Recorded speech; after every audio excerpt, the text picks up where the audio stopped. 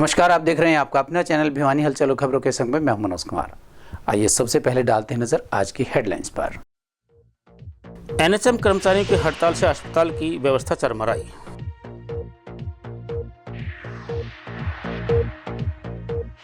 Computer professionals ने प्रदर्शन कर भाजपा जिला अध्यक्ष को सौंपा ज्ञापन। भूजल स्तर सुधार के लिए एक दिवसीय कार्यशाला का आयोजन।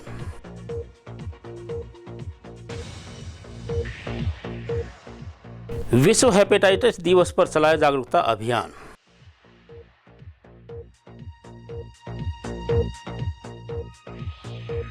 पेयजल समस्या को लेकर ढाणा रोड क्षेत्रवासियों ने किया रोड जाम। और अब खबरें विस्तार से। प्रदेश भर में डॉक्टर्स की 2 दिवसीय हड़ताल समाप्त हो गई, लेकिन एनएचएम कर्मचारियों ने अपनी हड़ताल जारी रखी हुई है। उन्होंने सरकार को 4 दिन का ज्ञापन दिया है। एनएचएम कर्मचारियों की हड़ताल के कारण अस्पताल की व्यवस्था बिगड़ी हुई है। अस्पताल के अधिकतर कार्य एनएचएम कर्मचारियों द्वारा किए जाते हैं, जिसमें डिलीवरी, टीकाकरण, एम्बुलेंस सेवा इत्यादि शामिल हैं। एनएचएम कर्मचारी साझा मोर्चा के सेवन ने बताया कि वे पिछले 14-15 सालों से सेवा दे रहे हैं, लेकिन सरकार ने पक्का नहीं किया। सरकार से प्रमुख मांग यही है कि एनएचएम कर्मचारी को पक्के कर्मचारी का दर्जा दिया जाए। एनएचएम कर्मचारी नीलम ने बताया कि सरकार उनकी तरफ ध्यान नहीं दे रही है, न उनकी कोई मांग पूरी कर रही है। जब भी हड़ताल करते हैं तो सरकार झूठे वायदे कर देती है। वे सरकार से आग्रह करते हैं कि प्रमुख मांगें पूरी की जाएं। एनएचएम कर्मचारी साझा मोर्चा के सुधीर ने बताया कि एनएचएम को चलते हुए 25 वर्ष हो गए। यह एक वैकल्पिक प्रोजेक्ट के रूप में आया था जो केवल 3 साल के लिए था, लेकिन एनएचएम कर्मचारियों को 15 से 20 साल काम करते हुए हो गए और अब तक पक्के कर्मचारी का दर्जा नहीं दिया गया है। हमको चले हुए आज 25 साल हो गए। एक ये प्रोजेक्ट के रूप में केंद्र सरकार ने शुरू किया था, वैकल्पिक व्यवस्था के रूप में, जो कि सिर्फ 3 साल के लिए थी और 3 साल के बाद इसको बंद कर देना था। परंतु हरियाणा सरकार ने इस प्रोजेक्ट के चलाने में मजा ये आया कि जितने भी कर्मचारी हैं वो एक 1/3 सैलरी पे थे, उनका काम चलने लगा। तो जितने हम कर्मचारी एनएचएम के लगे 25 साल हो गए। अगर ये सिर्फ प्रोजेक्ट था तो 3 साल बाद सरकार को बंद कर देना चाहिए था। हमें भी कोई आवश्यकता नहीं थी, हम कोई और अपना काम देख लेते। अब 25 साल जॉब कर चुके हैं, बहुत सारे स्टाफ ऐसा है कि जो नियर बाई रिटायरमेंट पहुंच गया और कॉन्ट्रैक्ट की कॉन्ट्रैक्ट पे ही है। तो सरकार से हमने पिछले दिनों यही मांग की थी कि भी जितने भी एनएचएम के कर्मचारी हैं इनको आप रेगुलर कर दीजिए, क्योंकि समान काम और समान वेतन से काम चलने वाला नहीं है। रिटायरमेंट के बाद कर्मचारियों का क्या होगा? भाई रोटी तो चाहेगा कि जीवन भर उसने जॉब किया है तो परिवार के खिलाएगा क्या? मेन बात है उसकी रोटी की, वो सिक्योर नहीं हो पा रही थी। तो सीएम साहब ने हमें 7 तारीख को जब उनका घेराव किया गया, आश्वासन दिया गया था कि मैं कमेटी बना के एनएचएम को रेगुलर करूंगा और आपकी सभी जायज मांगों को पूरा करूंगा। परंतु अभी हमारी 3 बार वार्ता हो चुकी है और रेगुलाइजेशन को छोड़ के और बातें कर रहे हैं, और बातों पे हमें बात ही नहीं करनी। और जीएच भिवानी पे मैटरनिटी वार्ड में जॉब करती हूँ एनएचएम में 14 साल से। और हमारी सरकार से सिर्फ एक ही मांग है, सिर्फ रेगुलराइजेशन। हमें सिर्फ रेगुलर होने की पॉलिसी लेके आए सरकार, सिर्फ एक ही मांग है। इस एक मांग के अलावा हमारी कोई भी मांग नहीं है। और अगर हमारी ये मांग पूरी नहीं होती है तो जो हमारी स्ट्राइक है वो फिर अनिश्चित काल तक कंटिन्यू रहेगी। नहीं, हमारी एक सिर्फ रेगुलर करने की मांग है, उस मांग के अलावा हमारी कोई भी मांग नहीं है। हम 14 साल 10-10 साल अगर एनएचएम में दिए हैं, अगर हमने हेल्थ डिपार्टमेंट में अपनी सेवाएं दी हैं, अगर हम एनएचएम में नहीं होते तो आज तक हम भी परमानेंट हो चुके होते। लेकिन सरकार के भरोसे अगर हमने सरकार के ऊपर विश्वास किया और कंटिन्यू अगर हम इस तरह इस फील्ड में अगर हम लगे हुए हैं तो अब हमारी एक ही मांग है रेगुलर होने की, इसके अलावा हमारी कोई भी मांग नहीं है। नीलम है, मैं सीएचसी धनाना से हूँ और हमें 10 साल हो चुके हैं कार्य करते हुए, लेकिन हमें सरकार से आज तक कोई भी लाभ नहीं मिला है। सरकार हमें झूठे आश्वासन देती है कि आपको ये दिया जाएगा, ये दिया जाएगा। जब भी हम हड़ताल करते हैं तब तो सरकार हमें झूठे वादे देकर हड़ताल से उठा देती है, लेकिन उसके बाद हमारी कोई सुनवाई नहीं होती। पीछे हम करनाल भी गए थे, तब भी हमारी सरकार ने यही कहा था कि आप 10 दिन का हमें टाइम दो, तब हम आपकी सुनवाई करेंगे। लेकिन आज तक पूरा महीना कंप्लीट होने को हमारी कोई भी सुनवाई नहीं हुई है। अपनी मांगों को लेकर हरियाणा कंप्यूटर प्रोफेशनल्स संघ के बैनर तले पिछले 13 दिनों से लगातार कंप्यूटर प्रोफेशनल्स संघर्षरत हैं। इस दौरान उनकी सरकार से 4 दौर की वार्ता हो चुकी है। मुख्यमंत्री व पूर्व मुख्यमंत्री ने उनकी मांगों पर सहमति जताई, जबकि कंप्यूटर प्रोफेशनल्स लिखित में आश्वासन मांग रहे हैं।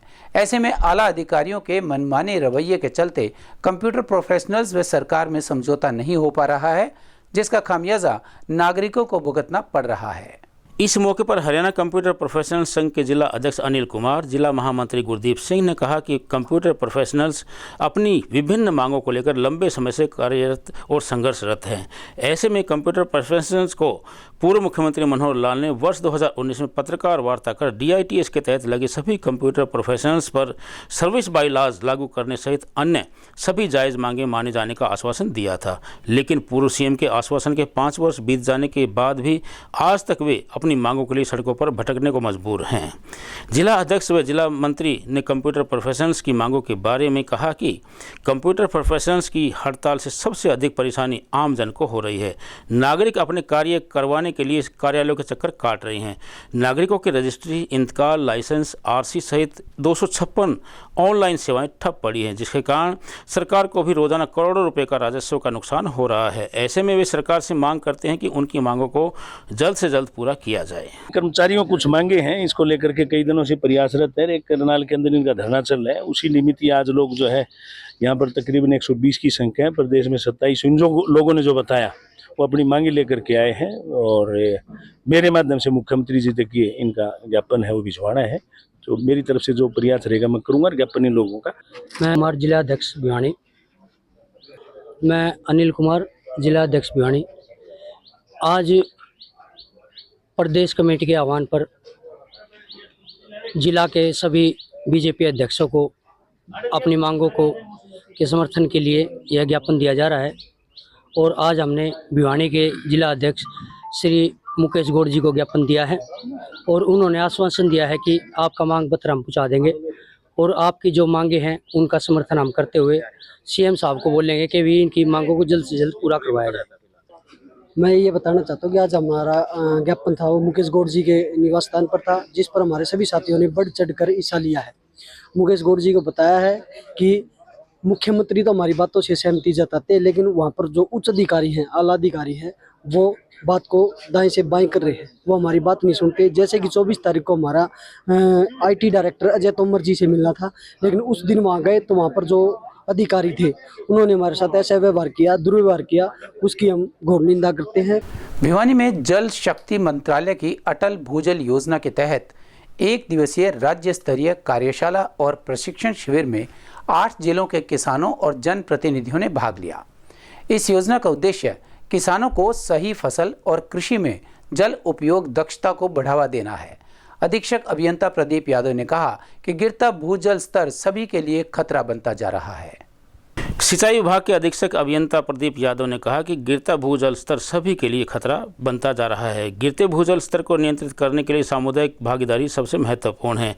इस विषय को गंभीरता से लेना होगा। उन्होंने कहा कि भिवानी के 4 ब्लॉक जिनमें तोसाम, बहल, लोहारू और कैरू में लगातार जल स्तर गिरता जा रहा है। वहीं दादरी जिला के बारहड़ा में भी जल स्तर गिरता जा रहा है। कार्यशाला में जानकारी देते हुए उन्होंने बताया कि किसानों को जैविक खाद का उपयोग करना चाहिए, जिससे पानी का उपयोग कम किया जाता है। किसानों को सही समय पर पानी लगाना चाहिए। ज़्यादा पानी खेत में खड़ा करने से उसमें ऑक्सीजन की कमी हो जाती है।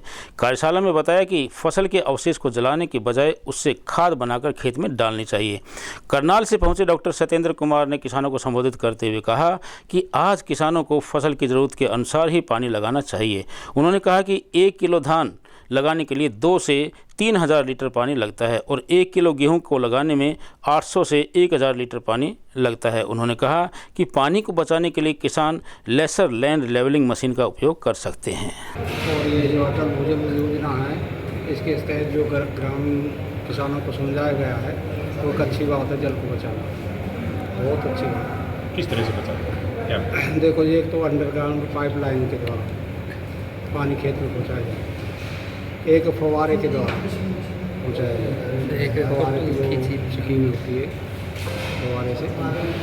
तो ये 2 साधन तो बहुत अच्छे हैं कितना पानी से इतना वसीयत होता है, जैसे हमारे डॉली से पानी जाता है मेन से होकर, तो उसमें कम से कम खेत में जैसे 15 मिनट से 10 मिनट लगता है पानी को जाने में। पाइप से सेकंडों में चला जाता है, तो इतना वो डॉली से पानी पहुंचेगा तो पाइप से इतने तो खेत का कम से कम 10वां हिस्सा बढ़ जाता है। लोग, मेरा नाम रमेश कुमार, मैं नारनौल महेंद्रगढ़ से हूँ। यहाँ भिवानी के अंदर पूरे हरियाणा से किसान आए हुए थे। अटल भूजल योजना के तहत प्रोग्राम था और पानी के बारे में बता रहे थे, जल को कैसे बचाया जाए, कृषि के बारे में कौन सी फसल पानी में कम खपत की वजह से पैदा अच्छी थी, इसके बारे में अच्छी बातें बताई। भिवानी में अटल भूजल योजना का जो है ना एक स्टेट लेवल का वर्कशॉप जो है ऑर्गेनाइज किया गया। यहाँ पे कई गांवों से, कई ज़िलों से जो किसान भाई और जो है अधिकारी लोग आए थे, एग्रीकल्चर से डिपार्टमेंट से आए हैं, पूसा से आए हैं और कई सारी इंस्टीट्यूट से लोग आए हैं करने के लिए। उन्होंने अपने अपने जगह की जो उनकी क्वालिटी थी अटल भूजल योजना के लिए, जो उनका तजुर्बा था, उसको उन्होंने आज सबके बीच में जो है रखा है, ताकि आगे हम अटल भूजल योजना को, जो भारत सरकार की एक बहुत ही महत्वपूर्ण योजना है, इसको सही तरीके से लागू कर सकें और आम किसान को, आम जनजीवन वाले आदमी जो गांव में रहता है, उनको पानी की कभी आने वाली पीढ़ियों में कभी दिक्कत ना रहे। सर, किसानों को समझाया गया कि तो जो है इसका फसल चक्र लगाया जाए कि एक जो फसल इस साल लगाई है वो 4 साल बाद जो है उसको दोबारा लेके जाए, उससे ज़मीन की उपजाऊ भी बढ़ती है और पानी की खपत भी कम होती है, पैदावार भी ज़्यादा उसके। नागरिक अस्पताल में विश्व हेपेटाइटिस दिवस के अवसर पर मरीज और उनके परिजनों को हेपेटाइटिस के लक्षण और उपचार के प्रति जागरूक किया गया। डॉक्टर यतिन गुप्ता ने बताया कि आम भाषा में हेपेटाइटिस को पीलिया कहा जाता है। उन्होंने कहा कि इस बीमारी के लक्षण और उपचार संबंधित जानकारियां लोगों को दी गई हैं। इस अभियान में बताया गया कि हेपेटाइटिस ए और ई संतुलित भोजन न लेने और स्वच्छ पानी न पीने से होता है, जबकि हेपेटाइटिस बी, सी और डी ब्लड बोर्न होता है, जो खून के जरिए संक्रमण से फैलता है। स्वास्थ्य निरीक्षक जगदीश जांगड़ा ने बताया कि पीलिया जैसी बीमारी होने पर सीधे सरकारी अस्पताल में पहुंचकर अपना मुफ्त इलाज करवाएं।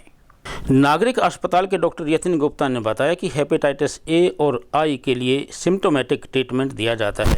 हेपेटाइटिस बी और सी, जिसको आम भाषा में काला पीलिया बोला जाता है, उसके लिए अस्पताल में टेस्ट और दवाइयाँ बिल्कुल मुफ्त दी जाती हैं, जबकि शहर में काला पीलिया का इलाज 15 से 20 हज़ार रुपये में पड़ता है। उन्होंने यह भी बताया कि अगर मरीज को पीलिया के लक्षण दिखते हैं, जैसे आँख पीली पड़ जाना या पेशाब पीला होना, तो तुरंत अपने नज़दीकी सरकारी अस्पताल में जांच करवाएं। स्वास्थ्य निरीक्षक जगदीश प्रदास ने बताया कि अस्पताल परिसर में विश्व हेपेटाइटिस दिवस पर जागरूकता अभियान चलाया गया, जिसमें लोगों को इस बीमारी के प्रति जागरूक किया गया और लक्षण तथा बचाव के बारे में जानकारी दी गई। ऐसा है, 28 जुलाई को वर्ल्ड हेपेटाइटिस डे बनाया जाता है, क्योंकि कल अवकाश है, तो इस वजह से आज इसको सेलिब्रेट किया गया है। सिविल सर्जन भिवानी के दिशा अनुदेश के अनुसार।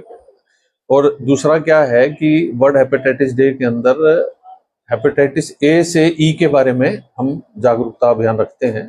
हेपेटाइटिस ए, हेपेटाइटिस 5 प्रकार का होता है mainly, hepatitis A, B, C, D, E. जो हेपेटाइटिस ए और ई होता है, ये फीको ओरल रूट से हम बोलते हैं कि आप किसी भी प्रकार का स्वच्छ भोजन या पानी आप नहीं पीते, तो उससे इसका होने का डर रहता है। भाई आप सोच के बाद हाथ नहीं धोए या किसी भी प्रकार का कोई कैरियर है, उससे हमें इन्फेक्शन होने का डर रहता है। और जो हेपेटाइटिस बी, सी, डी होता है, ये ब्लड बॉर्न होता है कि भी किसी भी प्रकार का संक्रमण आपको, जो भी मरीज या कोई भी उसका अटेंडेंट है जो जिसके खून के जरिए या कोई और सेक्सुअल मोड है, उससे हमारे ये जा सकता है।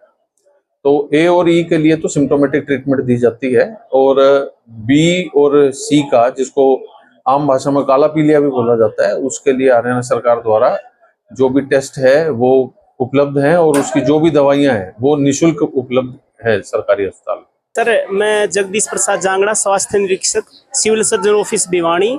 आज हम सिविल सर्जन भिवानी डॉक्टर रघुवीर सांडिल्य के निर्देशन में आने वाली कल 28 तारीख को, जो 28 जुलाई को वर्ल्ड हेपेटाइटिस दिवस मनाते हैं, उसके बारे में आज जागरूकता अभियान चलाया गया है। इसी कड़ी में हम सोमवार को भी विभिन्न स्थानों पर और इसके साथ में जिला स्तरीय प्रोग्राम राजकीय कन्या वरिष्ठ माध्यमिक विद्यालय में पेंटिंग के माध्यम से बच्चे आम जनता को वर्ल्ड हेपेटाइटिस डे के बारे में बताएंगे और साथ में जागरूकता अभियान चलाएंगे कि हेपेटाइटिस बी के लक्षण क्या है, इसके कारण क्या है और हमें अपना बचाव किस हिसाब से करना चाहिए। पीने के पानी की समस्या को लेकर ढाणा रोड पर रहने वाले लोगों ने दादरी गेट पर जाम लगा दिया। जाम के चलते ऑफिस, स्कूल और काम पर जाने वाले लोगों को भारी परेशानियों का सामना करना पड़ा। क्षेत्रवासियों ने बताया कि लगभग 6 महीने से पीने का पानी नहीं आ रहा है और गर्मी और हुमस भरे मौसम में लोग अत्यधिक परेशान हैं। उन्होंने चेतावनी दी कि यदि जल्द ही पानी की सप्लाई बहाल नहीं की गई तो वह रोड जाम किए रखेंगे। क्षेत्र की महिलाओं ने बताया कि करीब 6 महीने से पानी नहीं आ रहा है। पानी की वजह से वे बहुत परेशान हैं। इसके बारे में प्रशासन को पहले अवगत करवाया जा चुका है कि यहाँ पर पानी नहीं आ रहा है। अगर पानी नहीं छोड़ा गया तो आगे भी रोड जाम किया जाएगा। उनका कहना था कि सभी जगह उसी लाइन से पानी जा रहा है, लेकिन उनके यहाँ पर पानी नहीं छोड़ा जा रहा है और दूर से पानी लाना पड़ता है। जाम को देखते हुए एसआई राज सिंह वहाँ पहुँचे और उन्होंने लोगों को समझाकर 1 घंटे से चल रहे जाम को खुलवाया। हमारे बालक मरम ना करे हम 3 महीने हो गए पानी आंदा है को नहीं पानी छोटा है और पानी कौन छोड़ता, ठीक है 2-3 महीने पानी नहीं छोड़ रहे हमारे गले जिद्दी कर रखी है 7 महीने तो हमारा पानी आना चाहिए, जमा बंद कर दो लगा रखे पानी की वजह से पानी की इन्हों बताओ इसे की उम्र में पानी कैसे ले आएंगे हम, छोटे में छोटे बच्चे बेचारे 2-2 दिन नहीं हो जाते हैं, बताओ कहाँ से ले आएंगे पानी। जोड़ थे कुएं थे लिया कर दे, ये कहीं भी साधन नहीं है हमारे को पानी का।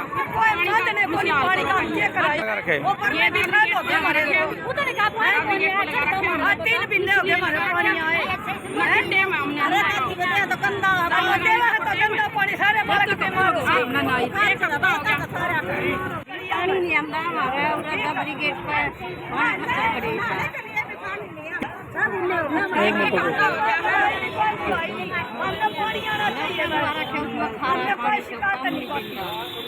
कोई तो समस्या है जो कि यहाँ ढाणा रोड निवासी इतने बुरी तरह से परेशान हो चुके हैं पानी को लेकर कि इन्हें कोई रोड पे आना पड़ा। अपने काम धंधा करने वाले गरीब लोग हैं ढाणा रोड पे, दिल्ली के कमाने वाले, लेकिन उन लोगों को अपना काम धंधा छोड़ के रोड के ऊपर बैठना पड़ेगा, रोड बाधित करना पड़ेगा, जिसकी वजह से इनके ऊपर केस भी लग सकता है। ये अपने ऊपर केस लेने के लिए तैयार है क्योंकि सुबह उठती सबसे पहले पानी से शुरुआत होती है और वो पानी इनके घरों में नहीं पहुंच रहा है। हम प्रशासन को अलर्ट करना चाहते हैं कि जल्दी से जल्दी इसका समाधान किया जाए। और अब एक खबर चलते चलते, अपना व्यवसाय और खाने पीने की दुकानों, रेहड़ी, फड़ और खोमचों पर बेचे जाने वाले खाद्य पदार्थों की गुणवत्ता पर ध्यान दिया जाना स्वास्थ्य के क्षेत्र में एक बहुत बड़ा कदम है। खाद्य पदार्थों की गुणवत्ता सुनिश्चित करने के लिए बजट में विशेष ध्यान दिया गया है। सरकार का यह कदम सराहनीय है। देश में खाद्य पदार्थों की गुणवत्ता को मद्देनजर रखते हुए केंद्रीय बजट में 100 नए स्ट्रीट फूड हब और फूड टेस्टिंग लैब बनाने की बात कही गई है। देश में जितनी ज़्यादा से ज़्यादा खाद्य प्रशिक्षण प्रयोगशालाएं आम जन की पहुंच पर होंगी, उतनी ही लोगों में जागरूकता आएगी और खाद्य पदार्थों में मिलावट की संभावना भी कम होगी। वर्तमान में देश में केवल 206 फूड टेस्टिंग लैब हैं। इन सभी लैब्स को NABL नाम की एक संस्था मान्यता देती है। मौजूदा आंकड़ों के मुताबिक देश में लगभग 3.3 लाख करोड़ का व्यवसाय है। हमारे देश की अधिकतर जनसंख्या स्ट्रीट फूड का ही इस्तेमाल करती है। अंतर्राष्ट्रीय मानकों के आधार पर हमारा देश खाद्य सुरक्षा मानकों में अभी काफ़ी पीछे है। खाद्य सुरक्षा एवं मानकों में सुधार लाने के लिए ही केंद्र सरकार द्वारा ये कदम उठाए गए हैं। साथ ही स्ट्रीट फूड का व्यवसाय बढ़ाने के मकसद से बजट में अधिक जोर दिया गया है। देश में खाद्य मानकों पर नियंत्रण रखने के लिए खाद्य सुरक्षा एवं मानक अधिनियम 2006 बनाया गया। इस अधिनियम के तहत खाद्य सुरक्षा और मानकों में समझौता करने वाले उत्पादकों व कंपनियों के खिलाफ दंडात्मक कार्यवाही का भी प्रावधान है।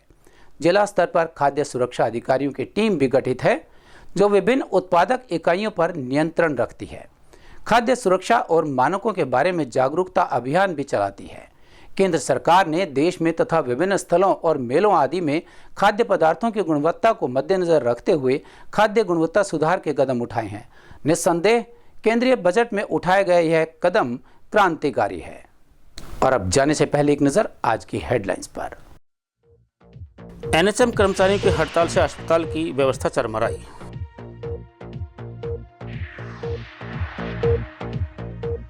कंप्यूटर प्रोफेशनल्स ने प्रदर्शन कर भाजपा जिला अध्यक्ष को सौंपा ज्ञापन।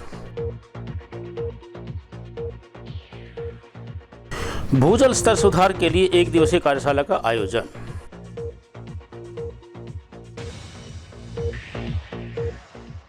विश्व हेपेटाइटिस दिवस पर चलाया जागरूकता अभियान।